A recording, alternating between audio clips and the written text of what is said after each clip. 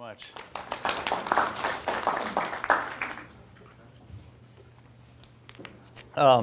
It's great to be with you guys, and hopefully we'll have an interesting and informative conversation. I do have a PowerPoint just to walk you through, but I hope that you'll feel free to interrupt me, ask questions, make it more of a discussion as we go through it.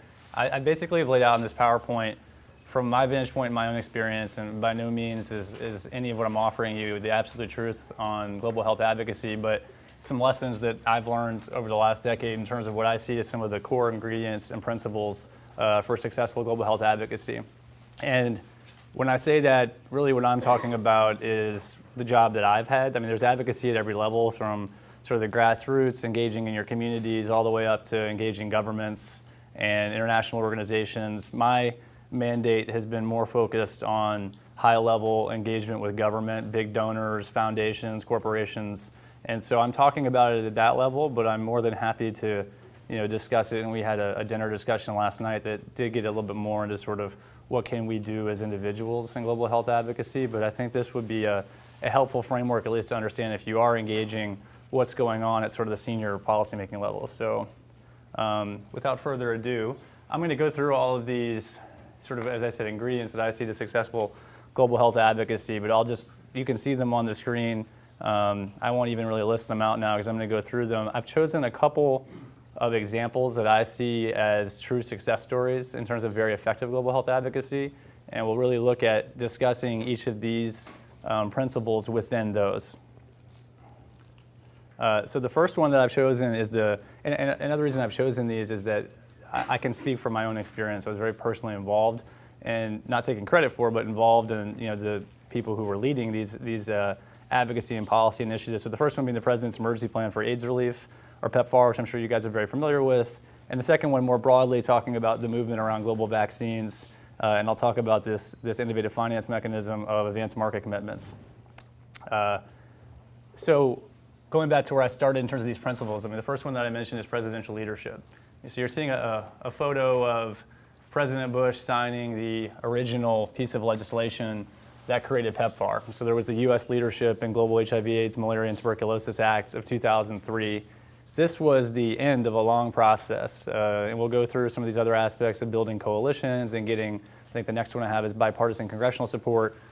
But in the instance of PEPFAR, I don't think you can overstate what a sort of seminal event this was, and that this is by far the largest commitment by a government to tackle a single disease in the history of mankind. The initial commitment was one of $15 billion over 5 years, focused on prevention, treatment, and care. And it took a lot of work and effort and a lot of people to get to this moment of the president sitting here with bipartisan legislators to put this legislation into law and to start this program in 2003. And so we'll come back to presidential leadership, but I just mentioned, I've worked very closely with the folks within the Bush administration, whether Secretary Rice or their Deputy National Security Advisor. So Condi Rice was National Security Advisor at the time that this was created. And what was interesting about PEPFAR was they tried to go about this in a way of sort of assessing what the challenge was globally and come up with a solution and then back into the funding commitment. Don't just come up with, which often happens in policy, not just foreign policy, global health policy, don't just arbitrarily come up with a number that sounds good and then try to squeeze the program into that and make sure you can do it. So they looked at prevalence rates of HIV/AIDS globally. They picked 15 target countries that had the highest prevalence rates, and they came up with goals of putting 2 million people on treatment over 5 years, trying to prevent the additional transmission of 7 million transmissions of HIV/AIDS, and caring for 10 million orphans and vulnerable children. And those 2, 7, 10 goals led them to, in these 15 countries, a funding requirement of $15 billion. In the end, because of going to the next slide, the really strong bipartisan congressional support that was created, we actually funded at $30 billion over the 5 years, so doubled what was authorized. That doesn't happen, in Congress. If anything, they authorize a big number, and then the appropriators and the budget guys say, we don't have enough money to fund it. To double that, again, just stating how bold of a commitment this was really unique. So these two guys, Senator Bill Frist and Senator, now Secretary of State John Kerry, really were at the vanguard of putting together a global HIV/AIDS plan. In 2001, they wrote a piece of legislation that no one really remembers in the history of this, but that led to the bill in 2003 that led to the big PEPFAR program. And of course, they were working on both sides of the aisle together to do this. And Senator Frist had a long history and was very credible in medicine for his leadership. And Senator Kerry had been a more long-standing member of Congress and the Senate, leading on the Foreign Relations Committee. So it was a very powerful combination between the two of them. And oftentimes, and we can get into this more in discussion and development, you do unfortunately not see leaders on both sides of the party coming together at the outset to advance an initiative. So I talk about them in terms of their bipartisan cooperation at the beginning in 2001. The second slide on bipartisan congressional leadership is Senator Dick Durbin, who's now the #2 leader of the Democrats in the Senate, and Rick Santorum. And the two of them, we worked very closely together with them, and Bono worked very closely together with them on an aspect of PEPFAR. In Washington, PEPFAR is a term, we have all our acronyms, is a little confused. So people think about that in terms of just the U.S. bilateral assistance to these 15 countries. PEPFAR was a two-component program. So it was the bilateral, but it was also our contribution to the Global Fund to fight AIDS, tuberculosis, and malaria, which was created at the same time in 2003. And so we made an initial $1 billion commitment to the Global Fund. We far exceeded that very quickly. These two senators played a lead role every year in the budget process, increasing the funding level for the Global Fund. And so when the president submits his budget to Congress every year around February, these two guys would get together and offer an amendment on the Senate floor to significantly increase U.S. government funding for the Global Fund. And you would not find two more polar opposite politicians in terms of their views than these guys. I mean, Dick Durbin is a big liberal progressive leader. Rick Santorum, obviously very conservative. Their staffs hated it. And Bono would come into town, and we'd take him up to meet with the two of them at the beginning of every year and talk about what our strategy was and how much more money we were going to try to see for the Global Fund. And the chiefs of staff and the staff would argue and complain, say, the meeting has to be in our office this year, And we'd always just get some neutral ground conference room. And in the end, there'd be threats that, the Senator Durbin's not coming unless it's in our conference room. And we would explain, well, Bono will be in this room. He's welcome to not come. And miraculously, he would show up. And so it was another really critical area of bipartisan support was building across the aisle the support for this multilateral investment, which is more of a challenge in Congress. I mean, it's one thing when the U.S. government owns and operates a global health program. When you're ceding that authority to an agency in Geneva, there's some skepticism that's associated with that. And so I wanted to pay homage to these guys. The broad-based coalition that was built around PEPFAR, remarkable. I was at Saddleback Church, you see Rick Warren here yesterday, talking to their leadership and noting how we've lost, some of that coalition, sadly, that was built in 2003 in that time frame. So here, all probably recognizable figures. This one picture at the bottom right doesn't show up well, but there unfortunately was not another one. But I'll just go through these. I mean, you know who Bill and Melinda Gates are and Bono, and this was really at the time of these new programs coming out. Rick Warren, obviously one of the leading faith figures in the United States, but had been a big advocate for PEPFAR, and through Saddleback Church, his church's engagement in Rwanda, they've done a ton of programs. President Bush can't be given enough credit, for what he did, regardless of what people might look at other policies that he had or foreign policy decisions. I have no doubt this will be his greatest legacy in the history books in terms of the individual will and commitment that he had on PEPFAR. The last picture, which is a little blurry, was Bono, when he created his organization, DATA, Debt, AIDS, Trade, Africa. It was a policy and advocacy organization that I consulted with and worked with him on. Then they wanted to create a national grassroots network in the U.S., which they called ONE, which you're probably more familiar with now, and the white bands, and 2.5 million Americans are part of that. ONE, when it was created in Philadelphia, as you see this picture here of Bono and Dikembe Mutombo and David Beckman, who runs Bread for the World, who's a senior faith leader, Michael W. Smith, who's a Christian music artist, leader. I just wanted to demonstrate that, even though you can't see it very well in the picture, me describing it, demonstrate that you had a really diverse set of sectors, all of which have influence coming together. I couldn't get a picture of that everybody, but you also had the pharmaceutical industry. You had a variety of other players who were really involved in this. So jumping around, the other example that I had cited in terms of successful global health advocacy was global vaccines. And GAVI is the Global Alliance on Vaccines and Immunization, similar to the Global Fund structure that I described. So it's based in Geneva. It's a multilateral partnership among countries, among foundations, among industry. I listed some of the partners here that participate in it. And I just will spend a moment talking about sort of this private sector cooperation dimension. We were talking about this last evening, but if you look at U.S. foreign assistance, and I'm not talking about global health, but just sort of the whole broad funding and all the programs of U.S. foreign assistance, from when we created USAID in the Kennedy administration of 1961 to today, the broader capital flows from countries like the U.S. or the wealthiest countries to the poorest countries has totally been inverted. And so in 1961, 80% of the resources that were flowing from the wealthiest countries to the poorest countries, I'm talking all capital flows, not foreign assistance, 80% of those resources were public sector foreign assistance dollars, so taxpayer-funded development. Today, that number is 9%. And so the private sector is putting a lot more money into these countries, not necessarily with a development mandate in mind, but you need to recognize that. And it means that foreign assistance programs or multilateral structures like this need to be much more catalytic in how they're working with the private sector to steer those bigger dollars towards development and health outcomes.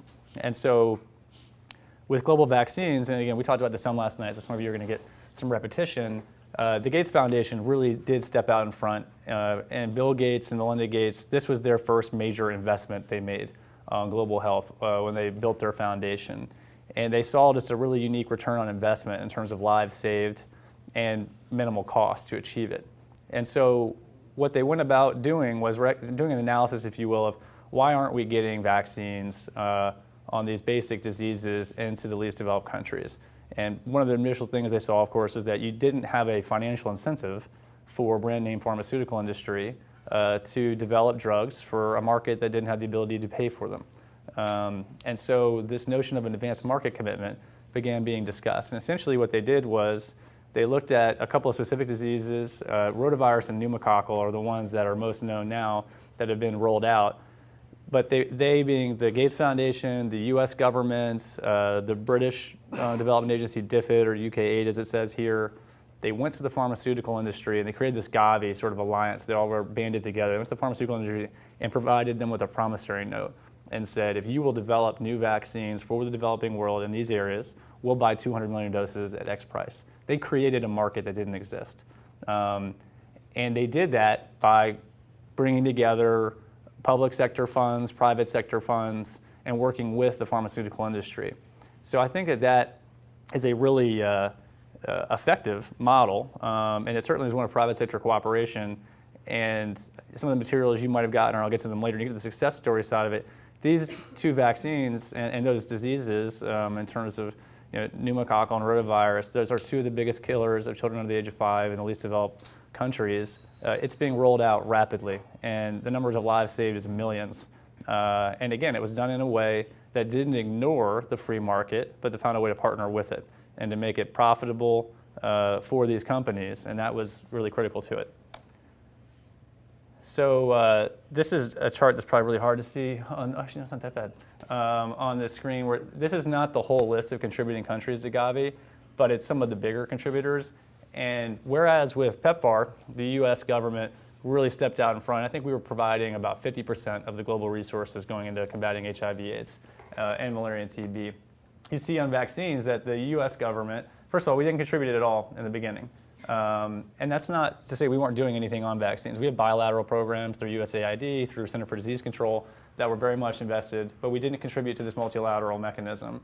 And yet you'd see, let's see, if you look at this, the UK in particular, and then the Gates Foundation were big up front. The Gates Foundation doubled down and made $1 billion commitment to GAVI in 2011. But it's interesting to see that countries and governments who have far less resources than the U.S. really saw the utility of investing in this space. And again, the private sector played a big role here as well. And so the GAVI and the Global Fund and some of these types of organizations, every few years they go through a replenishment, as they call it, where they're setting out their goals for the next several years, and they go to all these governments and they ask them for more money. But this just gives you a sense again of how broad the coalition of support was around global vaccines. So the cool factor, which I know sounds a little superficial, but in my work I've found it to be really powerful. I'm giving Bono all the credit here. There are plenty of other celebrities who have done great work too. I just didn't work with them, so I know him better. But some of these meetings that he's had over the years have been really impactful in terms of getting, and certainly getting other celebrities too. But go back, before you really had a lot of, celebrities have been involved in in politics and advocacy for a long time, but in global health, he certainly was at the forefront on this, and now you see more celebrities, and that's great, involved if they're doing it the right way. But he forged a really close relationship with Secretary Rice, then again, National Security Advisor Condoleezza Rice, with President Bush, as you can see here. I think this Time magazine says, can Bono save the world? And it was remarkable to see. When he first came to Washington, politicians are, why are you here? Is there a show in town? What's going on? And he couldn't get their attention. So he'd end up driving out to Dulles Airport, to meet in a waiting lounge for 15 minutes with Nancy Pelosi, because that was the only time he could get on her schedule. 5 years later, she'd fly back to wherever he was from anywhere in the world to meet with him. And it was because of his charisma, his passion, his knowledge on the issues that he was able to use his iconic status to bring people together and to support the President of the United States, and to do it in a way that really, I think, sort of defied people's expectations. I think Bono's personal politics would certainly be left of center. He's constantly on a stage with this conservative Texas President of the United States, coming together around these issues of global health, doing his Live 8 concert, which really was a global, amazing sort of issue awareness raising campaign. He had gotten into these issues of global health and development himself around the famine in Ethiopia in 1985, and Live 8 was sort of his first participation in celebrity advocacy. And he and his wife ended up staying in Ethiopia for a month and living in an orphanage, and became committed, obviously, for the rest of their lives to these issues. And so the celebrity factor is important. And if the celebrities are committed and are educated, they can be a force multiplier. And so Bono also created a bit of a farm system for other celebrities, which was, again, a lot of fun for us. So next thing you know, Brad Pitt's in town, and you're taking them around the hill, and you're taking Matt Damon to Africa, and Tom Brady to Africa, and Will Smith on a malaria trip to Tanzania. And it sounds like a ton of fun. There's a lot of work associated with those types of things. And celebrities, to their credit, get very nervous, most of them when they come to Washington, because it's such a unique environment. And so the ones who do get nervous then study up, and they do a really good job. So I just wanted to, please. On that, when you sort of prep a celebrity to make an appearance like that, Yeah. Is there a lot of prep, the talking points, I think what I've learned, I felt really bad. So Brad Pitt came to DC, I think this was like 2005, 2006 time frame. He was making a movie that never went anywhere, like Jesse James, something or another, and he had like jet black hair and goatee and looked very interesting at the time. I remember sitting in a room with him, and Bono's organization, Data at the time, spent a day filling his head with stats and all of these things, and it was a real disservice to him. And they're a great organization, don't get me wrong, but I could just see, him getting quickly confused by trying to teach him all of U.S. government foreign assistance in 12 hours. And I think that a lesson learned from that by their organization, certainly by me, is get them in the field experiencing this, and then bring them to Washington and tell people what they saw. And that's what I said. He was going up on the hill, and we were about to meet with Rick Santorum and talk about the Global Fund. And he was confused. He said, which of these 10 things you want me to talk about? I said, you were in Ethiopia 2 months ago. Tell him about the programs you saw and how you're committed to working with him and the U.S. government to expand them. And that's all you need to do. And I found that, Dr. Coates, is really the best way, is get them some personal experience in the field and then just tell the story. Because there's no sense in them trying to outsmart the policy wonks on this stuff. It's not their competitive advantage. And then, this is intuitive, right? This is common sense, results, results, results. But at the end of the day, you can marshal all of the political support in the world. You can create a $15 billion program. If it doesn't achieve its goals, it's not going to get funded, going forward. And so PEPFAR, the examples are pretty staggering. When you've got on a huge continent 50,000 people, in 2001, 2002 timeframe who are on ARV drug treatments, and now you're at over 5 million, through PEPFAR, through the Global Fund, through these efforts. That's a huge result. And the goals that I mentioned, those 2 million treatments, 7 million preventions of transmission of the disease, and 10 million people put on care, those were all reached prior to the expiration of the first 5 years. And they were reached in each of the 15 focus countries. And so health, we talked about this some last night, is unique, global health, because it's very quantifiable. And so results are even more important because you're going to set at the outset your goals for what you think you can achieve. With vaccines, there's all sorts of stats. but I won't go through them here. But essentially, the number of countries where pneumococcal and rotavirus has been rolled out, as you can see, millions of lives impacted by that. And so it's really important in our work, and we go to the Hill and we sell policymakers, we go to the executive branch, and we're trying to push them to do more, that we can come back at the appropriate time and say, here's what the investment generated. So, and this is not in any partisan way. So President Obama has done some great development initiatives. And his Feed the Future initiative, I think, actually has many of the similar attributes. I didn't talk about it because it's agriculture instead of health, but many of the similar attributes that made PEPFAR successful, that made global vaccines and the advocacy behind it successful. But his global health initiative, by most accounts, has not sort of achieved the same success as you saw with PEPFAR, global vaccines. And I thought it was also good to give you an example of something that hasn't worked as well, and why not? And again, I mean this in no partisan way, but it was an effort. It's hard. You come in as a new administration and you want to define what's going to be the legacy you create around global health, and you're inheriting these extremely successful and very well supported politically programs of PEPFAR, the President's Malaria Initiative. Their thinking was put them all together, talk about integration, and put it under the rubric of the Global Health Initiative. At the beginning, there was a lot of excitement about that. Maybe this will lead to more resources, and maybe this will lead to better coordination of effort. I mean, you can't just treat HIV/AIDS and ignore everything else that's going on in the community. How do we better integrate those health services? So there was a lot of belief in it, but over time, it didn't have the same level of presidential commitment and leadership as you saw with President Bush and PEPFAR.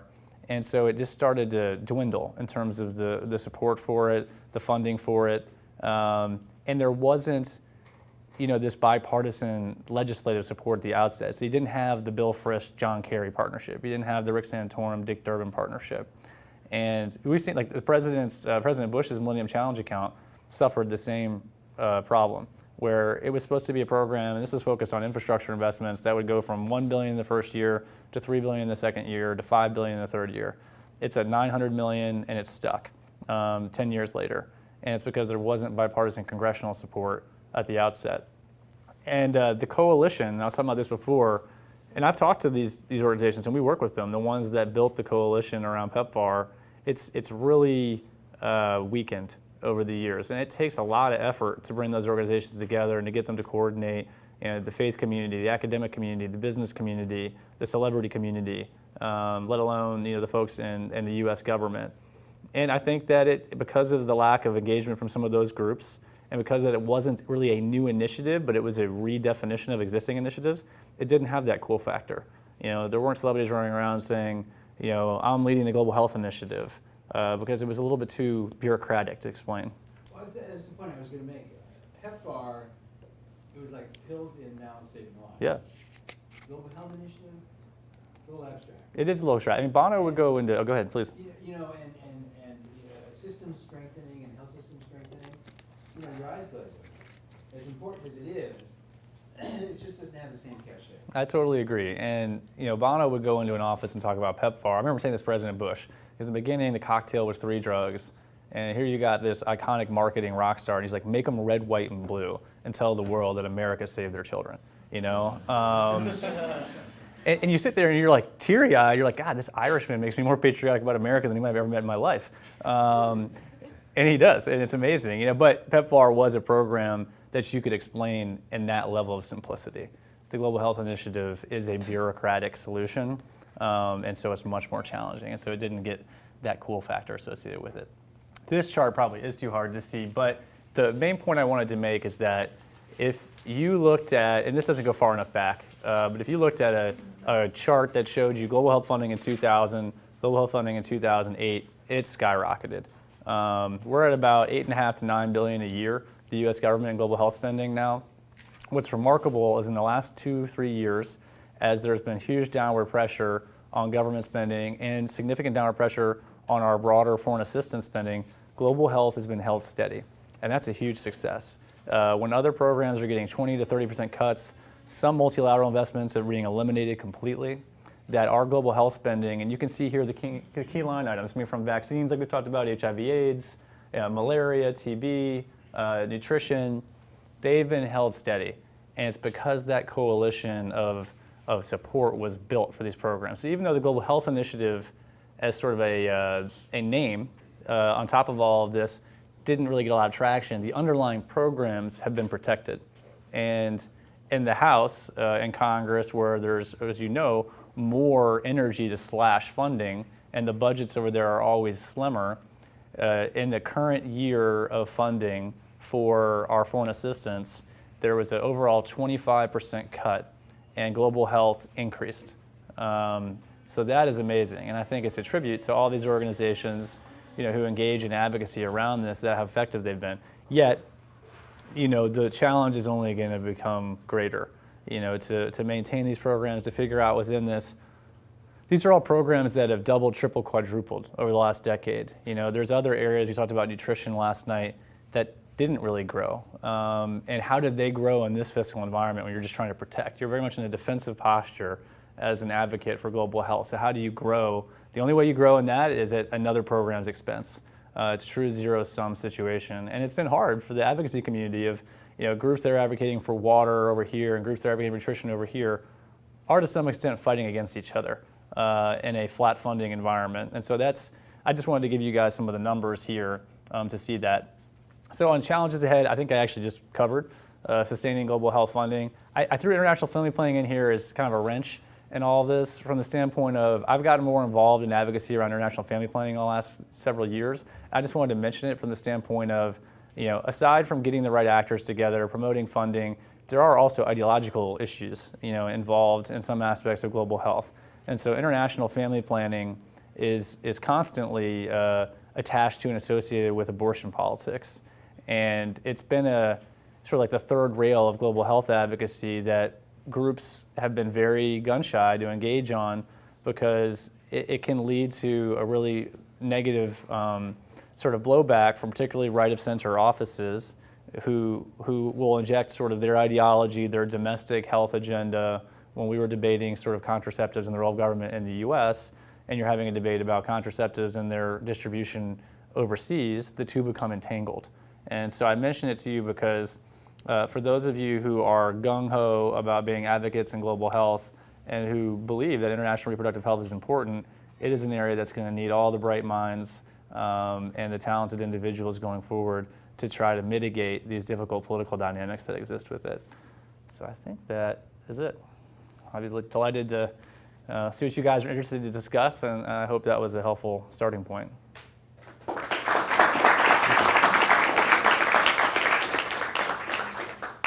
So we out here on the left coast read about Senator Cruz reading green eggs and ham and missing the point of the story, but that's irrelevant. The question I have is, during an era like this with sequestration, probably a continuing continuing resolution and not a new budget, what does your advocacy work consist of? Again, there's no new money to be obtained. I think it starts with defense in the sense of we've, for the right reasons, grown our investments in critical global health accounts, and we need to redouble our efforts to demonstrate the results of those investments to those in Congress who are making decisions and to ensure that they don't look at global health or the foreign, and it would not usually be focused on global health. What would happen is someone would say, why are we spending all this money overseas? And there's, in the budget, you have different functional accounts. So the Department of Defense is function 50. International Affairs is function 150. So the funding for the State Department, all of our foreign assistance is in 150. Someone would look at it and say, Ted Cruz, if I'm going to cut money, I'm going to cut it there. Because we need to rein in government, focus on things at home, become less focused on the world outside of our borders. And so what would happen is that they'd say, let's cut it by 30%. And that would end up being a 30% cut to the global health budget within it. You don't see, except for the ideological issues, Dr. Coates, I have not seen, so people might go after family planning, like conservatives, because they don't like it.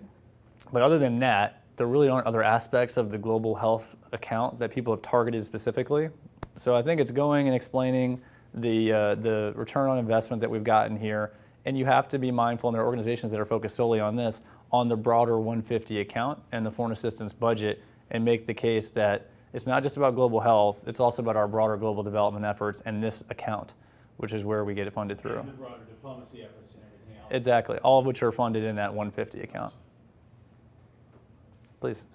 I'm curious about how the cities and countries welcome our vaccines, with open arms, and was there some work that had to be done on the ground to, because you hear so many things about these countries that they give the vaccines to someone else, or they throw them out and just tell the representative that, oh, of course we love your vaccine. So I was just curious how some of the programs, perhaps the Bill and Melinda Gates Foundation, I'm sure perhaps. Sure, and you guys, I mean, there may be people in this room who've had experience on the ground overseas that's more on point to answering your question than I have. I mean, what I would say from a 30,000 foot level perspective in Washington is that you do see a lot of resources and intention committed towards, working with the local cultures and figuring out a strategic way.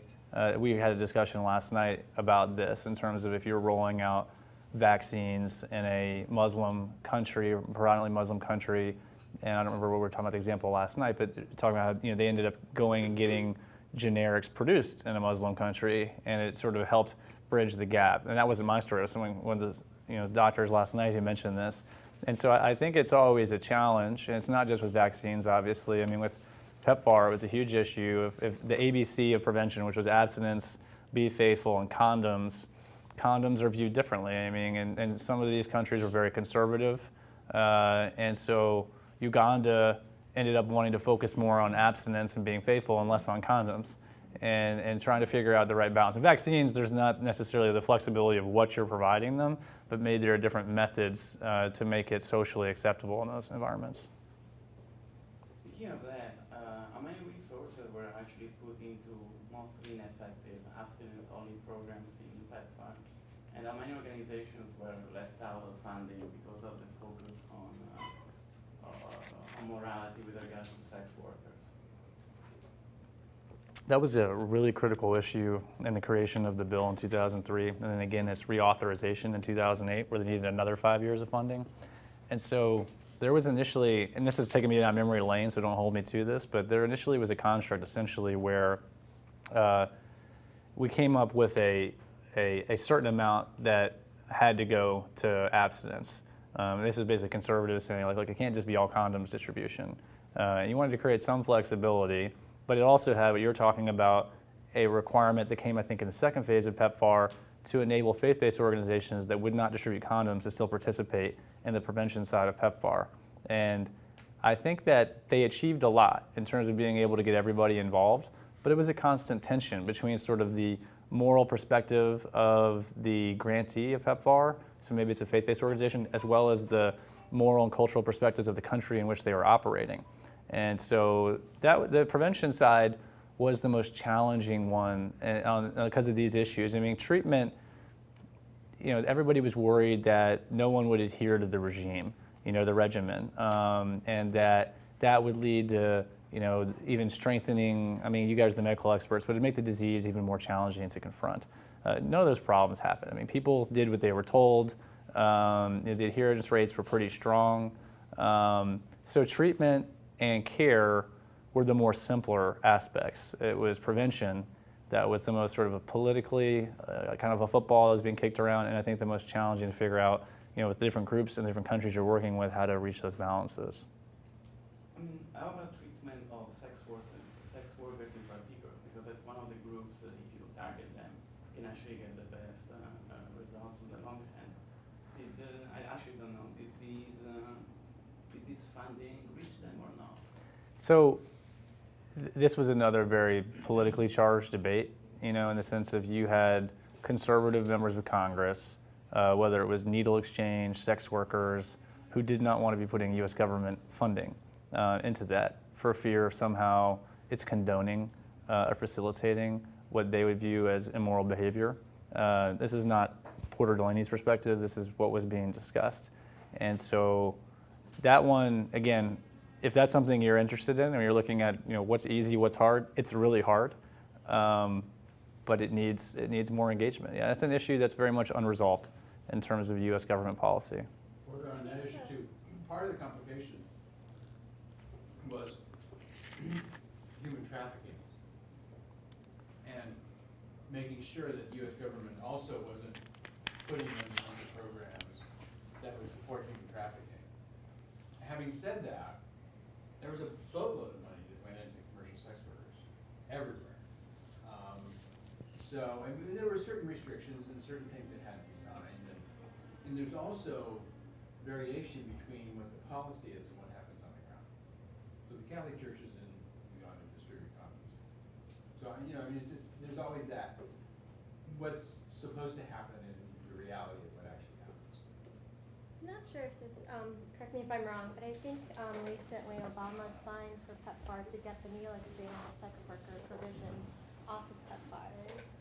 Yeah, I mean, basically that's what you'd see, right? So this is, are you guys familiar with Mexico City provisions? Which gets into these same politically charged issues about whether the U.S. government can be funding organizations, even if it's separate, that are engaged in abortion services. It's separate from what you're talking about. But there's like 3 or 4 of these issues, and when a Republican is in the White House, all the policies get changed to this way, and when Democrats in the White House, they all get changed back to over here. And so Obama put back in the policies that the Clinton administration had. And George W. Bush put the policies back that his father and Reagan had. And some of this obviously goes way beyond and way before PEPFAR. And so on those issues, and international family planning I mentioned is a challenge because it kind of gets into some of this stuff in terms of the abortion side of things. Those lines are drawn so deeply that it's yeoman's work and it's really important work, but it's extremely challenging. So yes, I mean, Obama would come back and sort of say, we will work with sex workers, we will provide needle exchange, and it will just enrage certain conservative members of Congress, and there's nothing they can do about it. 2 questions, all right. So you focus predominantly on advocacy directly to congressmen, but they ultimately, as we were talking about last night, they report to the constituents. So how do you think things will change where in California, the majority of the population are going to switch into minority dominated, and also in the United States further along, where these minorities, one could argue, have stronger ties to the international health community, maybe. So how do you think that's going to kind of play out in the future? Because right now constituents may not have as strong a tie or interest in international health. I think it'll really just be a question of how well organized those communities are, or how well they're being organized by interest groups that are trying to support, foreign assistance in global health. You're absolutely right. The demographics seem to suggest that if you have a community of people who are coming from outside the United States into the United States, that they're going to be more open to international engagement. I have not seen in my experience to date any effective leveraging of that community towards advocacy around foreign assistance in global health, but someone should write a paper about that. And I think it would be a really interesting thing to explore, because you do see, and we do a lot of this work ourselves, that organizations, whether it's the Gates Foundation, some of their grantees, others, are spending a lot of energy and resources of trying to go build constituent level support in the districts of key members of Congress on these programs. So that could be a very interesting, sort of a tool for them to think about developing.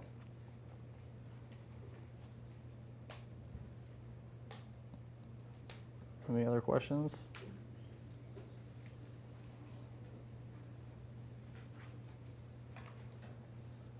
Thank you very much. Yeah, my George. pleasure. This is really, really great. Thank you.